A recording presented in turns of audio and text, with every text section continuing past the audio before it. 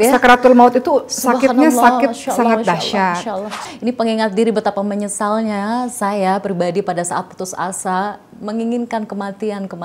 Saya saksikan sendiri ketika saya berkunjung ke rumah sakit, ada seorang teman yang mengatakan udah nggak tahan lagi Ki, udah nggak bisa lagi gitu, udah terlalu sakit. Jadi beliau tuh berkali-kali melakukan pencobaan bunuh diri. Kadang-kadang kita pikir itu solusi, tapi sejatinya kita lupa bahwa kematian sendiri itu menyakitkan. Sakaratul maut sendiri itu sangat menyakitkan.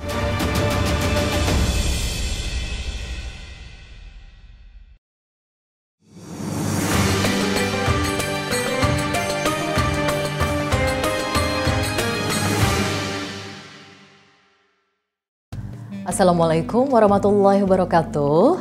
Halo pemirsa, berjumpa lagi bersama saya Zeda Salim dalam program Catatan Ummah.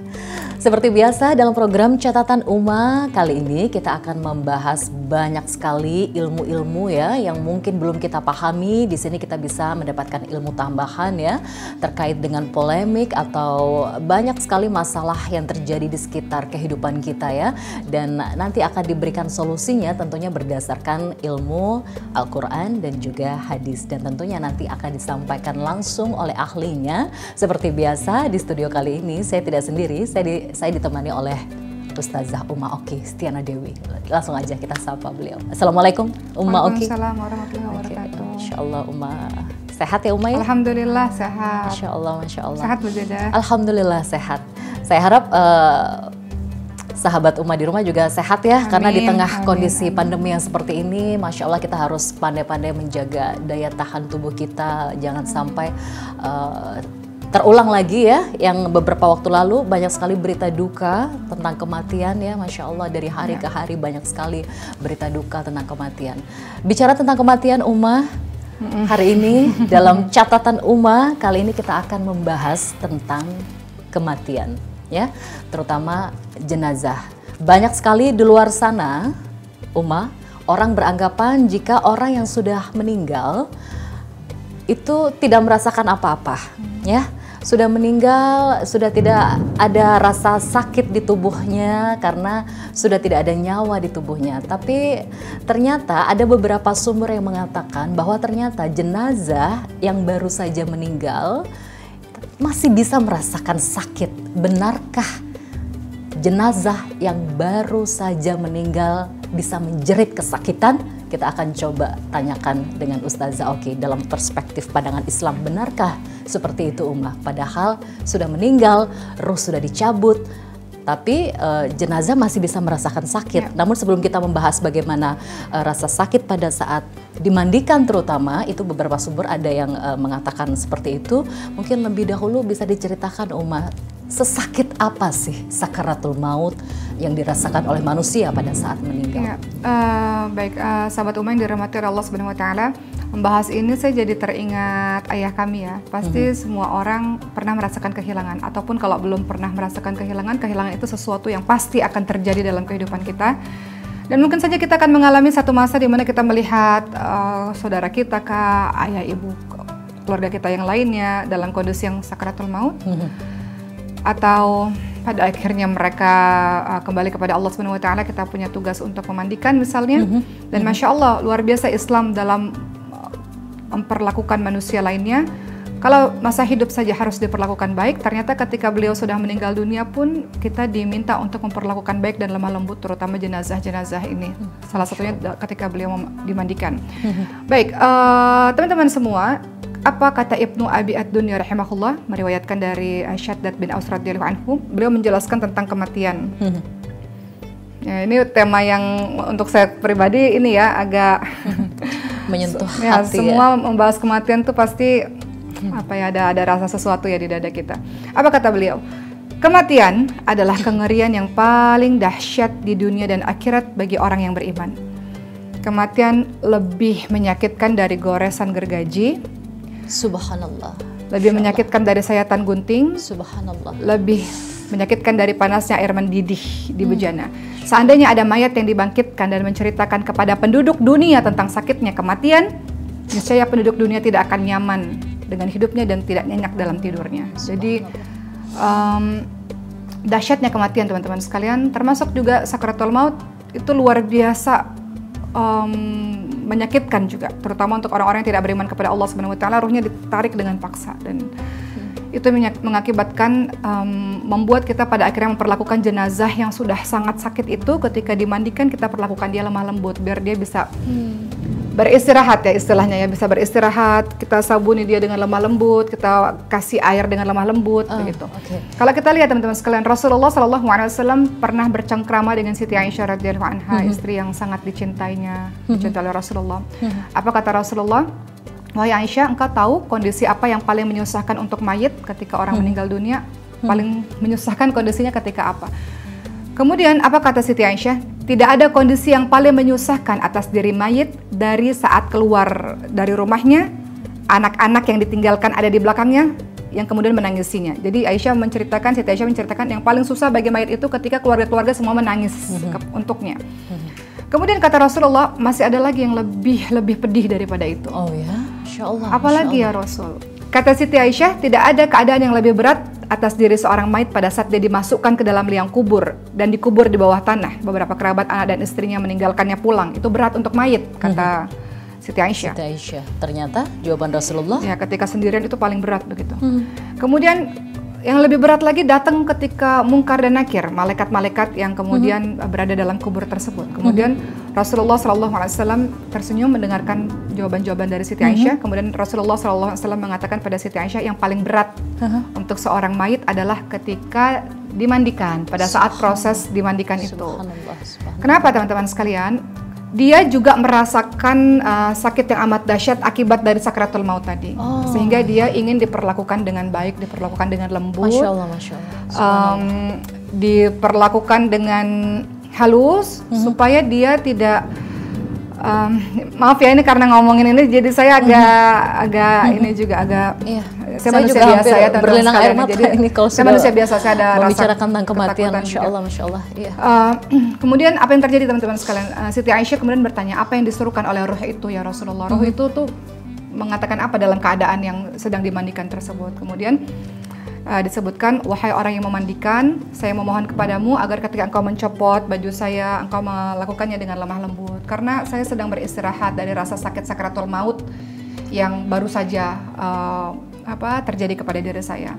Kemudian sang mayit itu juga ingin sekali teman-teman sekalian, jangan sampai kita menggunakan air yang terlalu panas, jangan sampai kita menggunakan air yang terlalu dingin, karena jasadnya ini bisa saja semakin sakit dengan air yang terlalu panas atau terlalu dingin yang kita mandikan kepada jenazah tersebut. Kemudian teman-teman yang dirahmati Allah Subhanahu wa taala lagi, roh itu juga menginginkan apa? Mereka menginginkan teman-teman sekalian bahwa jangan sampai jasad ini masih sakit, masih ada luka-lukanya lah istilahnya, bukan jasad, rasa sakitnya itu masih ada sampai saat ini.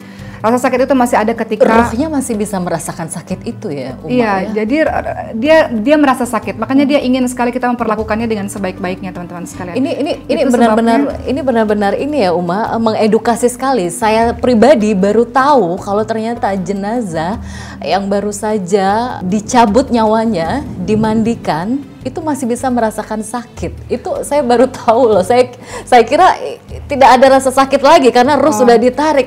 Ternyata masih bisa merasakan sakit ya. Sakratul maut itu sakitnya sangat dahsyat. Sehingga dia butuh ya istilahnya udah masih terlalu sakit nih, istilahnya tolong perlakukan saya dengan lemah lembut. Ini juga sebenarnya menjadi pembelajaran untuk kita semua Mbak Zeda, karena saya juga banyak sekali menemukan teman-teman lainnya yang diuji oleh Allah sedemikian berat sehingga melakukan percobaan bunuh diri. Itu ada.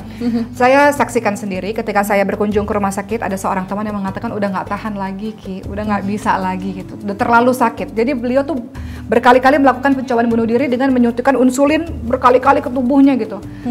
Ya teman-teman sekalian, ujian manusia itu berbeda-beda dan kadang-kadang kita rasa dalam titik yang paling rendah dan kita rasa bahwa kematian itu adalah solusi dari kepedihan yang kita hadapi. Teman saya juga ada yang anaknya baru meninggal, kemudian beliau naik mobil mau ke jurang gitu, sudah sedikit rem lagi udah turun ke jurang, tapi Allah selamatkan. Kadang-kadang kita pikir itu solusi, tapi sejatinya kita lupa bahwa kematian sendiri itu menyakitkan. Sakaratul maut sendiri itu sangat menyakitkan. Belum lagi orang-orang yang bunuh diri langsung kepada neraka jahanam.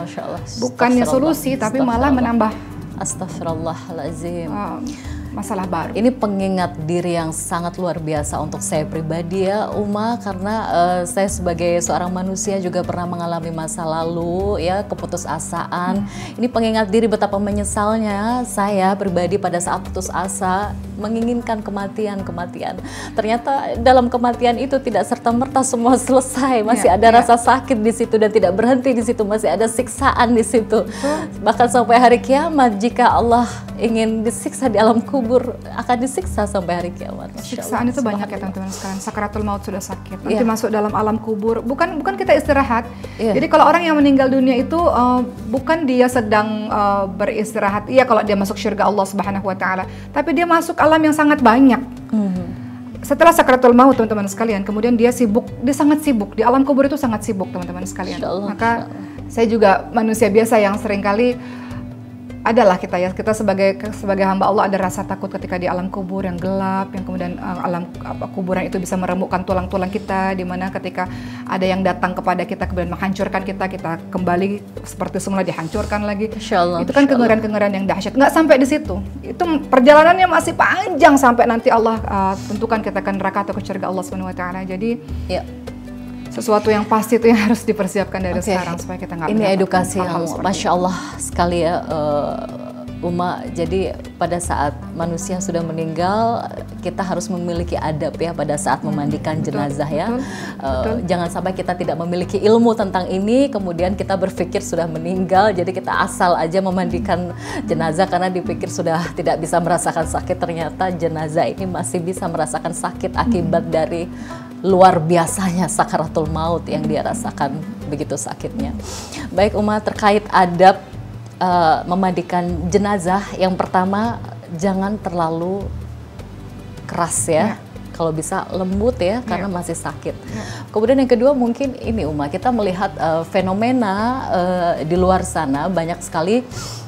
Saya jadi ikut nangis kalau udah bicara masalah kematian. Ya pasti jadi ada sesuatu. Fenomena di luar sana itu banyak sekali beberapa pihak yang mungkin kurang ilmu ya terkait dengan memandikan jenazah. Di saat anggota keluarganya meninggal ya, biasanya diserahkan begitu saja dan tinggal diantar ke liang lahat, padahal Islam mengatur ada adab di situ. Apakah memang hanya cukup sesama muhrim saja yang memandikan, cukup berhenti di situ, atau ada adab lebih dari itu? Mungkin keluarga orang tua yang seharusnya memandikan, misal orang tua meninggal maka yang memandikan anaknya, atau sebaliknya anaknya meninggal begitu. Ada adab apa yang kebanyakan harus diingat dan tidak boleh dilupakan? Mungkin siapa-siapa saja ya yang seharusnya memandikan jenazah tersebut. Sebelum saya jawab itu Mbak Zeda, saya jadi teringat akan satu kisah Imam Samshi Ali ya. Saya ketemu beliau dalam sebuah acara beberapa bulan yang lalu. Beliau cerita bagaimana pada saat itu beliau ditelepon oleh seseorang. Beliau mukim di Amerika pada saat ini. Kemudian ditelepon oleh seorang wanita dan mengatakan, datanglah ke rumah saya karena orang tua saya sudah meninggal. Gitu. Jadi minta untuk diurusi, dimandikan, dikafani, disolatkan, diurusi semuanya. Sementara anak tersebut tidak hadir sampai akhir penguburan dan seterusnya, tidak ada. Gitu. Anak itu tidak ada. Wallahu alam ya, mudah-mudahan cerita saya ini tidak salah, tapi yang saya pahami dan saya dengar begitu ceritanya dari beliau. Dan ini menjadi sesuatu yang membuat pedih hati kita ya teman-teman sekalian. Bagaimana mungkin ada orang tua yang meninggal tinggal di tempat yang sama lah istilahnya, tapi kemudian tidak peduli dengan ibunya kah atau dengan ayahnya kah. Padahal ini menjadi pembelajaran untuk kita bersama. Kematian itu sesuatu yang pasti. Nasihat buat saya juga, apa salahnya kita belajar untuk mengkafani jenazah? Apa salahnya kita belajar untuk memandikan jenazah? Banyak hal-hal yang kayak gini ini kita nggak belajar teman-teman sekalian. Jadi ya udah serahin pada orang. Serahin pada orang, betul, mereka yang lebih paham, betul. Tapi nggak ada salahnya juga untuk kita belajar. Kita ingin memberikan penghormatan terakhir terbaik dari seorang anak kepada orang tuanya. Sahabat umat semuanya, ketahuilah bahwa kesehatan itu adalah penting dan segala-galanya untuk kita. Dengan sehat kita bisa beribadah kepada Allah Subhanahu wa taala, dengan sehat kita bisa belajar, dengan sehat kita bekerja. Nah, salah satu cara kita menjaga kesehatan adalah dengan British Propolis. Nah, ini yang biasanya saya minum bersama dengan keluarga. Cara minumnya teman-teman bisa tetesin aja di air minum 4 atau 3 tetes silahkan, atau bisa langsung minum saja teman-teman semua. Atau teman-teman bisa loh untuk pemakaian luar. Nah, kita lihat ya. Anak-anak saya juga minum loh teman-teman semua, dan banyak sekali yang sudah membuktikan kepada kita semua dengan mengkonsumsi British Propolis. Insya Allah teman-teman akan terjaga kesehatannya, dan insya Allah banyak penyakit-penyakit yang lainnya yang tersembuhkan dengan British Propolis. Coba ya.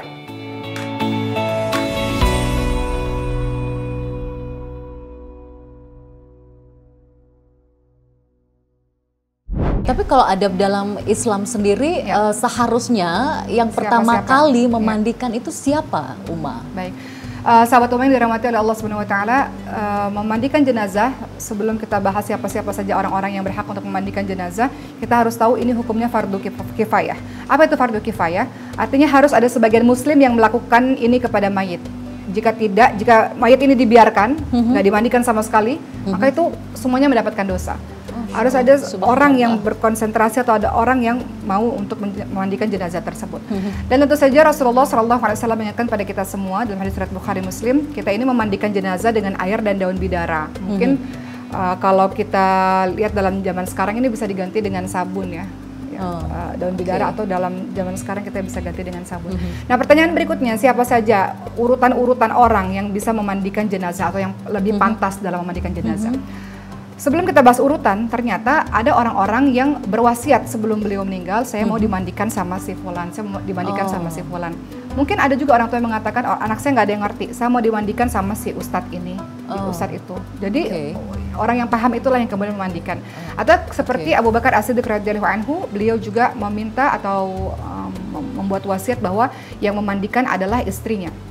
Jadi berarti itu tidak masalah ya Uma ya, jika kita menuruti wasiat itu, atau ada aturan tersendiri dari Islam? Tentu yang tidak keluar dari syariat Islam. Kalau istri memandikan suami kan nggak masalah gitu. Wasiat itu harus dijalankan selama tidak melanggar syariat Islam, seperti itu.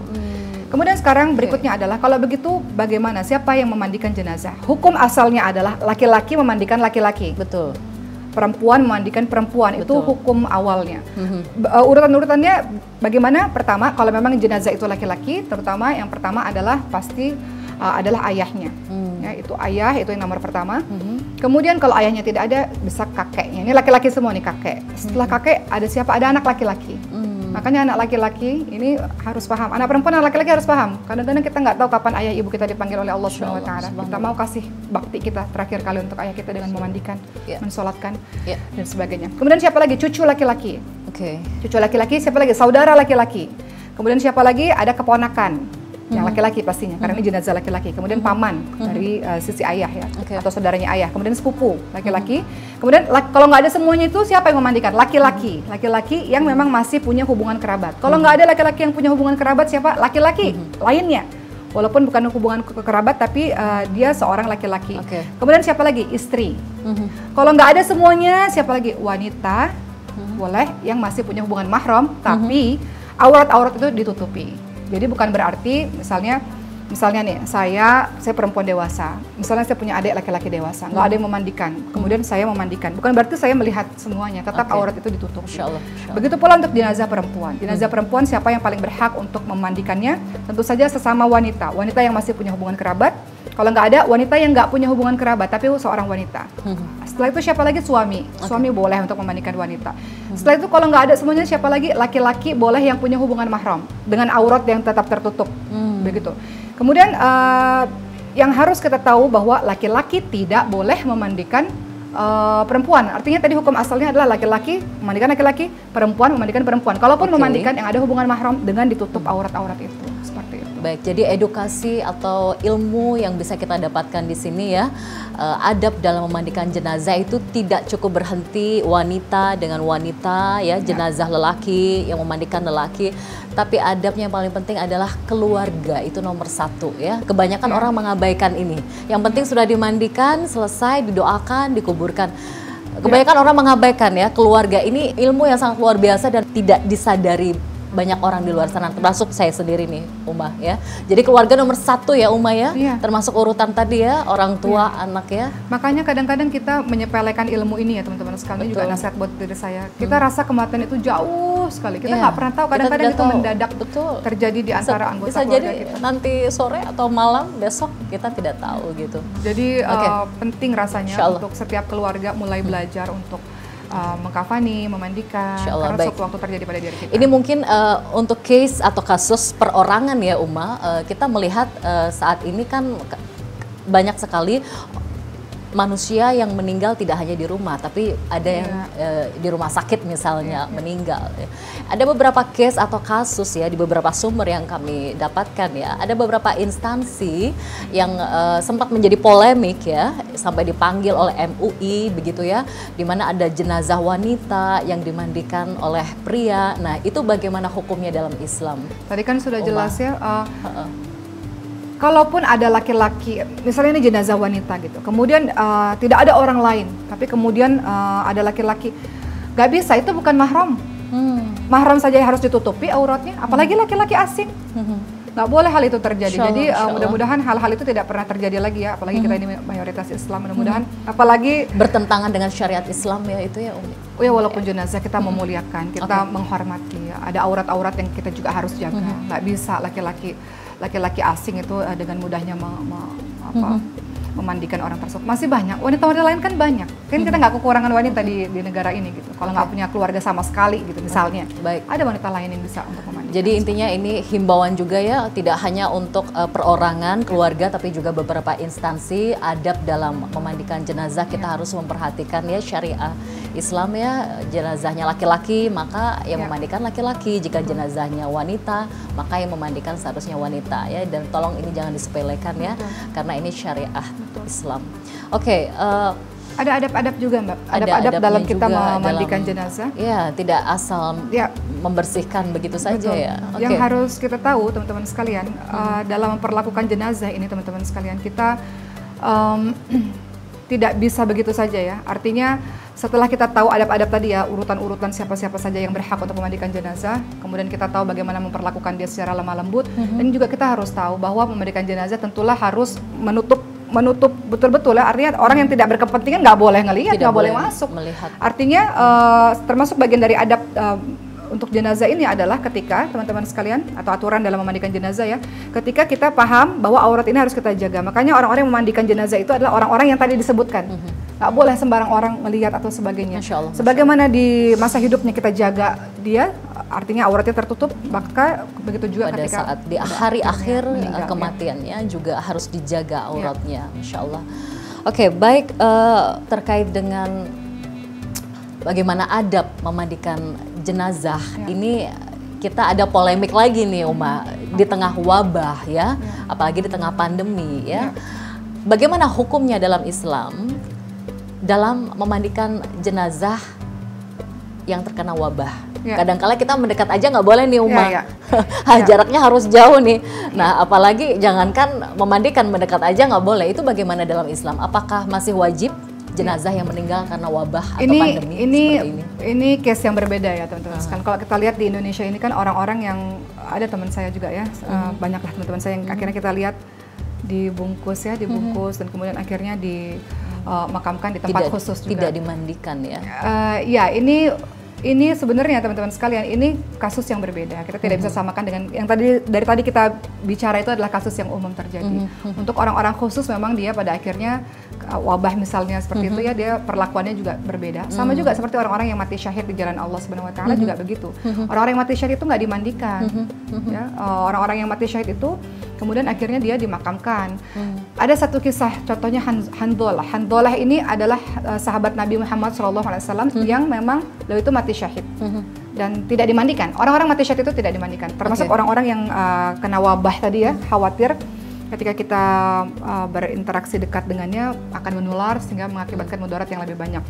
Bagaimana kisah Handolah ini teman-teman sekalian? Ini dalam kisahnya Handolah, sahabat sekalian, kita pasti akan menemukan judul yang Handolah jasadnya atau jenazahnya dimandikan oleh para malaikat. Masya Allah. Luar biasa ya Hanzalah. Apa yang terjadi? Hanzalah itu baru menikah. Itu kisah nyata? Kisah nyata, teladan kisah juga. sahabat Nabi Muhammad Masya Allah, SAW. Masya Allah. Hanzalah ini sahabatnya Nabi, baru saja menikah. Malam pertama, merasakan kenikmatannya malam pertama. Kemudian ada seruan perang. Perang, jihad fisabilillah. Ini dalam keadaan genting, kita harus berperang. Hanzalah tidak sempat mandi junub pada saat itu. Karena keadaan begitu genting. Setelah dengan istrinya selesai, Hanzalah langsung pergi dalam keadaan junub itu. Kemudian berperang di jalan Allah Subhanahu wa taala, qadarullah akhirnya beliau meninggal dunia, mati syahid. Ketika beliau orang-orang yang mati syahid dikuburkan langsung, teman-teman sekalian. Ketika pada akhirnya mati syahid, kemudian para sahabat-sahabat melihat Hanzalah itu ada bekas-bekas air seperti setelah dimandikan. Apa yang terjadi? Maka Rasulullah SAW Masya Allah. Mengatakan kepada para sahabat bahwa Hanzalah ini dimandikan oleh para malaikat-malaikat karena dalam keadaan junub tadi kan, sehingga dimandikan dulu oleh para malaikat-malaikat sampai akhirnya kembali kepada Allah Subhanahu wa taala. Sahabat Ummah semuanya, apa kabar? Semoga semuanya senantiasa sehat. Nah, pada kali ini saya mau sharing tentang ini dia Scarlett. Scarlett ini adalah body care teman-teman sekalian, terdiri dari body scrub. Kemudian ini dia, ini juga wangi banget, terdiri dari body lotion dan juga ada shower scrub. Pastikan kulit kita senantiasa halus dan yang pastinya harum dengan Scarlett.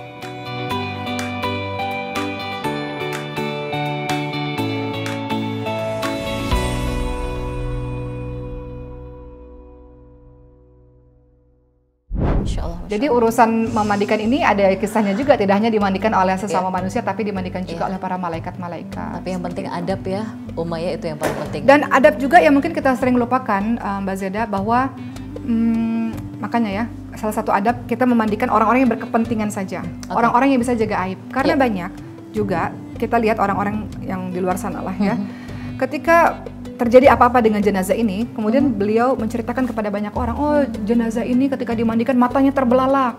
Jadi gibah ya, ketika dimandikan lidahnya keluar, dimandikan begitu begini.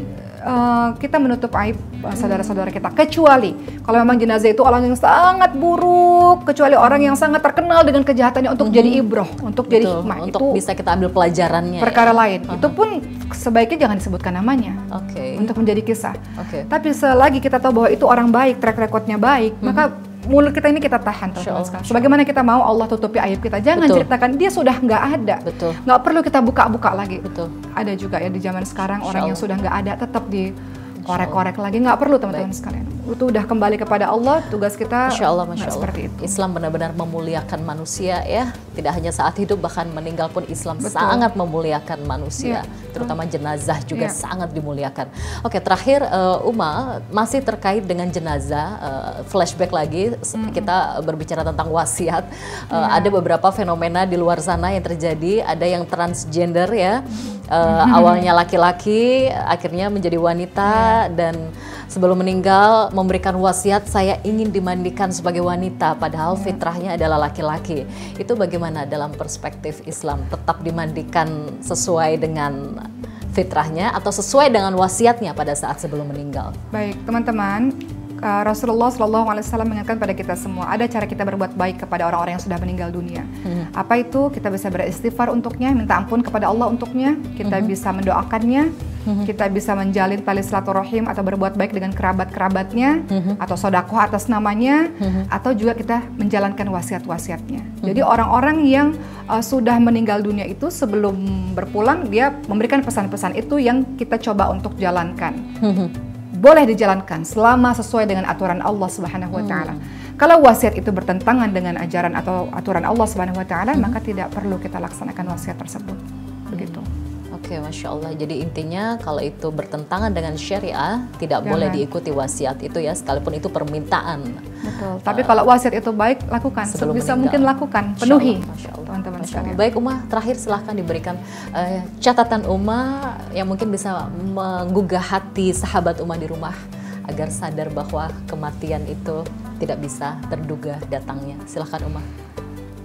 Sahabat Ummah yang dimuliakan oleh Allah Subhanahu wa taala, kematian adalah sesuatu yang pasti. Kematian adalah tinggal menunggu waktu untuk kita kembali kepada Allah Subhanahu wa taala. Banyak orang-orang yang berpikir kadang-kadang diuji oleh Allah sedemikian berat sehingga mau terbebas dari semua kesusahan-kesusahan dunia. Dia lupa bahwa kesusahan-kesusahan itu jauh lebih besar dan lebih dahsyat setelah alam dunia.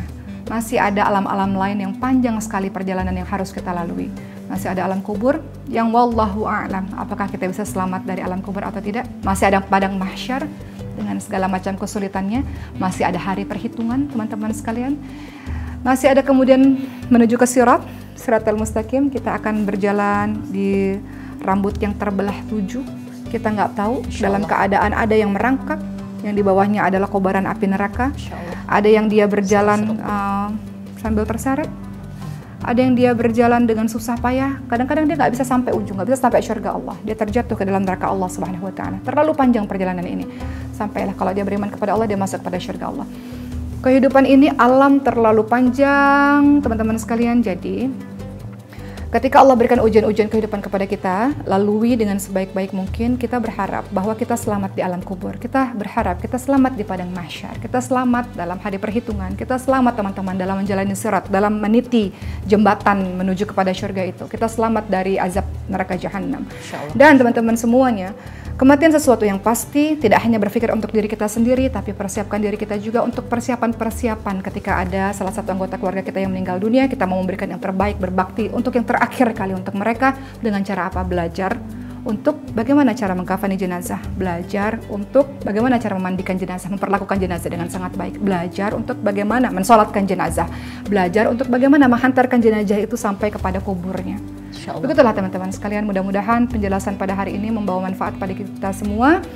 Sesuatu itu harus dipelajari dan dipersiapkan, dan mudah-mudahan sebagaimana kita memperlakukan mereka dengan baik, kita pun ketika meninggal dunia nanti ingin diperlakukan dengan baik oleh anggota keluarga kita, insya Allah. Masya Allah, Masya Allah. Saya hampir tidak bisa berkata-kata ya kalau bahas kematian. Masya Allah, hampir menitikkan air mata tadi.